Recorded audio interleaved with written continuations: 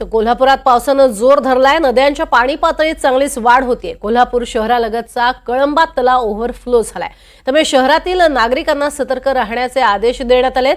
कोल्हापुरातील शाहूपुरी इथे या कळंबा तलावाचं पाणी येतंय। या परिसरात कुंभार गल्ली, लक्ष्मीपुरी इथे पाणी येतंय, त्यामुळे नागरिकांना सतर्क राहण्याचं आवाहन करण्यात येतंय।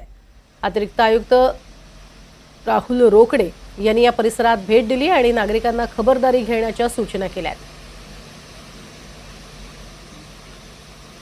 जो कळंबाचा तलाव आहे तोही भरत आलेला आहे। त्यामुळे कळंबा तलावाचं भरत आलेलं पाणी आणि पंचगंगेचं पाणी त्यामुळे इथं पुराचं पाणी आज शिरण्याची शक्यता असते। त्यामुळे इथल्या लोकांना आम्ही अलर्ट करण्यात आलेलो आहोत।